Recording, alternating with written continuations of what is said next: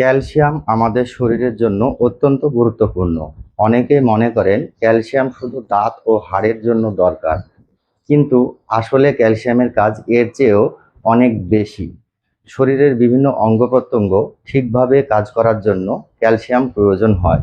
যদি শরীরে দীর্ঘদিন ক্যালসিয়ামের ঘাটতি থাকে, তাহলে ধীরে ধীরে নানা ধরনের শারীরিক সমস্যা দেখা দিতে পারে। ক্যালসিয়ামের ঘাটতি শুধু বয়স্ক মানুষ বা নারীদেরই হয় এমন নয়। শিশু, কিশোর কিশোরী, গর্ভবতী ও স্তন্যদানকারী মা, এমনকি তরুণ তরুণীদেরও খাদ্যাভ্যাসে ক্যালসিয়ামের ঘাটতি, ভিটামিন ডি এর অভাব বা অন্যান্য স্বাস্থ্যগত কারণে ক্যালসিয়ামের ঘাটতি হতে পারে।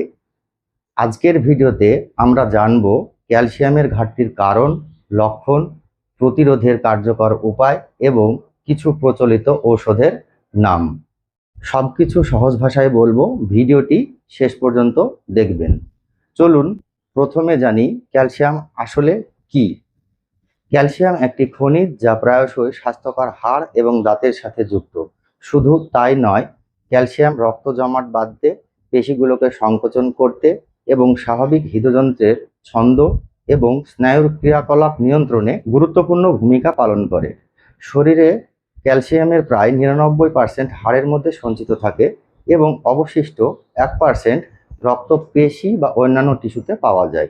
ক্যালসিয়ামের ঘাটতির কারণ: যখন আমরা দীর্ঘদিন ধরে প্রতিদিনের খাবারে পর্যাপ্ত ক্যালসিয়াম গ্রহণ করি না, তখন শরীর রক্তে ক্যালসিয়ামের স্বাভাবিক মাত্রা বজায় রাখতে হাড়ে জমা থাকা ক্যালসিয়াম ব্যবহার করতে শুরু করে। কারণ রক্তে ক্যালসিয়ামের মাত্রা স্বাভাবিক রাখা শরীরের জন্য অত্যন্ত গুরুত্বপূর্ণ। এই সময় পিটিএইচ বা প্যারাথাইরয়েড হরমোন হাড়কে রক্ত প্রবাহে ক্যালসিয়াম ছেড়ে দেওয়া সংকেত দেয়। একই সঙ্গে এই ভিটামিন ডিকে সক্রিয় করে, যাতে ক্ষুদ্রান্ত্র থেকে ক্যালসিয়াম আরও ভালোভাবে শোষিত হতে পারে। এছাড়া পিটিএইচ বা প্যারাথাইরয়েড হরমোন কিডনিকেও প্রস্রাবের মাধ্যমে কম ক্যালসিয়াম বের করে দিতে নির্দেশ দেয়। এর ফলে কিছু সময়ের জন্য রক্তে ক্যালসিয়ামের মাত্রা স্বাভাবিক থাকলেও শরীর বারবার হাড় থেকে ক্যালসিয়াম নেওয়ায় হাড় ধীরে ধীরে দুর্বল, ভেতর থেকে ফাঁপা এবং ভঙ্গুর হয়ে পড়ে। চিকিৎসা বিজ্ঞানের ভাষায় এই অবস্থাকে প্রথমে অস্টিওপেনিয়া এবং পরে অস্টিওপোরোসিস বলা হয়। এছাড়াও আমাদের শরীরে ক্যালসিয়ামের ঘাটতি হওয়ার পেছনে মূল 3টি প্রধান কারণ দায়ী। প্রথমত, ত্রুটিপূর্ণ খাদ্যাভ্যাস। আধুনিক লাইফস্টাইলে আমরা প্রসেস ফুড, ফাস্ট ফুড এবং অতিরিক্ত সফট ড্রিঙ্কস বা কোল্ড ড্রিঙ্কস পানে অভ্যস্ত হয়ে উঠছি। এই সফট ড্রিঙ্কসগুলোতে থাকা ফসফরিক অ্যাসিড শরীর থেকে ক্যালসিয়ামকে প্রস্রাবের মাধ্যমে বের করে দেয়। এছাড়া অতিরিক্ত চা বা কফি খাওয়ার অভ্যাসও শরীরকে ক্যালসিয়াম শোষণ করতে বাধা দেয়। দ্বিতীয় এবং সবচেয়ে গুরুত্বপূর্ণ কারণ হলো ভিটামিন ডি এর অভাব। আমরা যতই ক্যালসিয়ামযুক্ত দামি খাবার বা ঔষধ খাই না কেন, শরীরে যদি পর্যাপ্ত ভিটামিন ডি না থাকে, তবে ক্ষুদ্রান্ত সেই ক্যালসিয়াম রক্তে শোষণ করতে পারবে না। ভিটামিন ডি মূলত একটি চাবির মতো কাজ করে, যা শরীরের কোষে ক্যালসিয়াম প্রবেশের পথ খুলে দেয়। সূর্য বা রোদের সংস্পর্শে না আসা এবং ঘরের ভেতরে অতিরিক্ত সময় কাটানোর কারণে বর্তমান সময়ে অধিকাংশ মানুষের শরীরেই ভিটামিন ডি এর ঘাটতি দেখা যায়। তৃতীয় কারণটি হলো বয়স এবং হরমোনের পরিবর্তন। বিশেষ করে নারীদের ক্ষেত্রে বয়স 40 বা 45 পার হওয়ার পর যখন মেনোপজ বা স্থায়ীভাবে পিরিয়ড বন্ধ হয়ে যায়, তখন শরীরে ইস্ট্রোজেন হরমোনের উৎপাদন মারাত্মকভাবে কমে যায়। এই ইস্ট্রোজেন হরমোন হাড়ের ক্যালসিয়াম ধরে রাখতে সাহায্য করে। হরমোনটি কমে যাওয়ার ফলে নারীদের হাড় থেকে খুব দ্রুত ক্যালসিয়াম ক্ষয় হতে শুরু করে। ক্যালসিয়াম ঘাটতির প্রধান কারণ: শরীরে ক্যালসিয়ামের ঘাটতি তৈরি হলে তা হুট করে বোঝা যায় না, তবে ধীরে ধীরে কিছু স্পষ্ট লক্ষণ বা সংকেত দিতে শুরু করে। প্রথম এবং অন্যতম প্রধান লক্ষণ হলো পেশির টান বা ক্র্যাম্প। বিশেষ করে রাতে ঘুমানোর সময় বা ভোরে হঠাৎ করে হাঁটুর নিচে পেছনের অংশে তীব্র টান ধরে, ফলে প্রচণ্ড ব্যথা অনুভূত হয়। এছাড়া উরু, পিঠ বা হাতের পেশিতে নিয়মিত কামড়ানো বা ব্যথা অনুভূত হতে পারে। দ্বিতীয় লক্ষণটি হলো চরম ক্লান্তি এবং অবসাদ। শরীরে ক্যালসিয়ামের অভাব হলে কোষগুলো পর্যাপ্ত শক্তি তৈরি করতে পারে না, ফলে রাতে পর্যাপ্ত ঘুমানো বা পুষ্টিকর খাবার খাওয়ার পরও সারাদিন শরীর ম্যাজম্যাজ করে, ক্লান্তি ভাব দূর হয় না এবং কোনো কাজে মনোযোগ দেওয়া কঠিন হয়ে পড়ে। তৃতীয়ত, আমাদের নখ, ত্বক এবং চুলে এর বড় প্রভাব পড়ে। ক্যালসিয়ামের অভাবে হাত ও পায়ের নখ অতিরিক্ত পাতলা ও ভঙ্গুর হয়ে যায় এবং সামান্য আঘাতে ভেঙে যায়। ত্বক অতিরিক্ত শুষ্ক, খসখসে হয়ে পড়ে এবং চুল তার স্বাভাবিক উজ্জ্বলতা হারিয়ে রুক্ষ হয়ে যায়। চতুর্থত, দাঁতের ক্ষতি হওয়া। যেহেতু দাঁতের মূল উপাদান ক্যালসিয়াম, তাই এর অভাব হলে দাঁতের এনামেল দুর্বল হয়ে পড়ে। ফলে খুব দ্রুত দাঁতে পোকা লাগা বা ক্যাভিটি তৈরি হয়। দাঁত নড়ে যায় এবং মাড়ির অনেক রকম সমস্যা দেখা দেয়। পঞ্চম লক্ষণ হলো হাত ও পায়ের আঙুলে ঝিনঝিন করা বা অবশ ভাব। ক্যালসিয়াম আমাদের স্নায়ুর কার্যকারিতা নিয়ন্ত্রণ করে, তাই এর ঘাটতি হলে হাত ও পায়ের প্রান্তে সূচ ফোটার মতো অনুভূতি বা অবশ ভাব তৈরি হয়। কোন কোন মানুষ তুলনামূলকভাবে বেশি ঝুঁকিতে থাকেন? প্রথমত, বয়স্ক ব্যক্তিরা। বয়স বাড়ার সঙ্গে সঙ্গে শরীরে ক্যালসিয়াম শোষণের ক্ষমতা কিছুটা কমে যেতে পারে। একই সঙ্গে হাড়ের স্বাভাবিক ক্ষয়ও বাড়তে পারে। তাই এই বয়সে পর্যাপ্ত ক্যালসিয়াম ও ভিটামিন ডি গ্রহণের দিকে বিশেষ গুরুত্ব দেওয়া প্রয়োজন। দ্বিতীয়ত, মেনোপজের পর অনেক নারীর শরীরে ইস্ট্রোজেন হরমোনের মাত্রা কমে যায়। এর ফলে হাড়ের ঘনত্ব ধীরে ধীরে কমতে পারে এবং হাড় ভাঙার ঝুঁকি বেড়ে যায়। তৃতীয়ত, যারা নিয়মিত ক্যালসিয়াম সমৃদ্ধ খাবার খান না, তাদের ক্ষেত্রেও ক্যালসিয়ামের ঘাটতির সম্ভাবনা বেশি থাকে। দীর্ঘদিন ধরে খাদ্য তালিকায় ক্যালসিয়ামের অভাব থাকলে শরীরের চাহিদা পূরণ করা কঠিন হয়ে পড়ে। এছাড়া যাদের শরীরে ভিটামিন ডি এর ঘাটতি রয়েছে, তাদের ঝুঁকি বাড়ে, কারণ ভিটামিন ডি ছাড়া খাবার থেকে ক্যালসিয়াম ঠিকমতো শোষিত হতে পারে না। কিডনির কিছু রোগ, অন্ত্রের কিছু রোগ বা প্যারাথাইরয়েড গ্রন্থির সমস্যার কারণেও ক্যালসিয়ামের ভারসাম্য নষ্ট হতে পারে। প্রাকৃতিকভাবে ক্যালসিয়াম পাওয়ার সেরা 7টি খাবার। বাজারের কৃত্রিম সাপ্লিমেন্ট বা ট্যাবলেট খাওয়ার চেয়ে প্রতিদিন খাদ্য তালিকায় প্রাকৃতিক খাবার রাখার মাধ্যমে এই ঘাটতি পূরণ করা সবচেয়ে নিরাপদ ও কার্যকরী উপায়। 1. দুগ্ধজাত খাবার। দুধকে ক্যালসিয়ামের সবচেয়ে সহজলভ্য উৎস ধরা হয়। 1 গ্লাস বা 250 মিলিগ্রাম গরুর দুধে প্রায় 300 মিলিগ্রাম ক্যালসিয়াম থাকে। যাদের দুধ হজমের সমস্যা হয়, তারা ছানা, পনির বা টক দই খেতে পারেন। বিশেষ করে টক দই ক্যালসিয়ামের পাশাপাশি পেটের হজম প্রক্রিয়াও ভালো রাখে। 2. তিল বীজ। তিল বীজ হলো ক্যালসিয়ামের একটি জাদুকরী পাওয়ার হাউস। মাত্র 1 টেবিল চামচ বা 9 গ্রাম সাদা বা কালো তিলে প্রায় 100 মিলিগ্রাম ক্যালসিয়াম থাকে, যা অনেক দুগ্ধজাত খাবারের চেয়েও বেশি। তিল হালকা ভেজে গুঁড়ো করে তরকারিতে, স্যালাড বা ভাতের সঙ্গেও খাওয়া যায়। 3. সবুজ শাকসবজি। পালং শাক, ব্রোকলি, পুঁই শাক, বাঁধাকপি এবং ওলকপিতে প্রচুর ক্যালসিয়াম থাকে।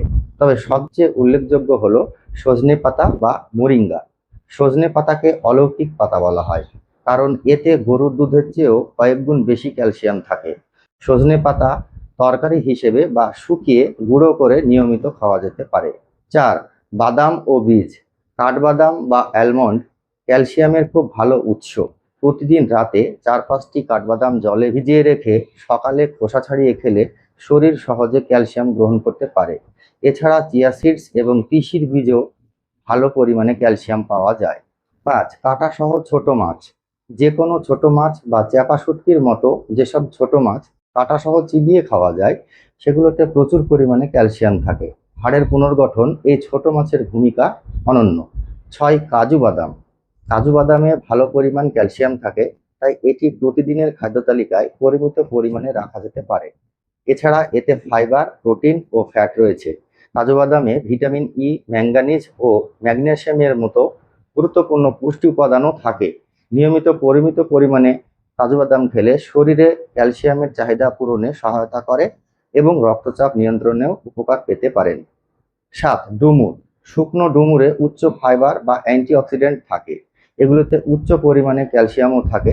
ডুমুর অন্যান্য পুষ্টি যেমন ভিটামিন কে এবং পটাশিয়াম প্রদান করে। এই পুষ্টিগুণ আপনার হাড়কে মজবুত ও সুস্থ রাখতে সাহায্য করে। এছাড়াও আপনার খাদ্য তালিকায় ক্যালসিয়াম সমৃদ্ধ কিছু ফল খেতে পারেন। যেমন খেতে পারেন এপ্রিকট, কিউই, কমলালেবু, পেঁপে, ব্ল্যাকবেরিজ, আনারস, গ্রেপফ্রুটস, স্ট্রবেরি, লিচু ও পেয়ারা। শরীরে ক্যালসিয়ামের ঘাটতি পূরণ করতে এগুলো খাবেন, কিন্তু একজন মানুষের শরীরে কত ক্যালসিয়াম প্রয়োজন?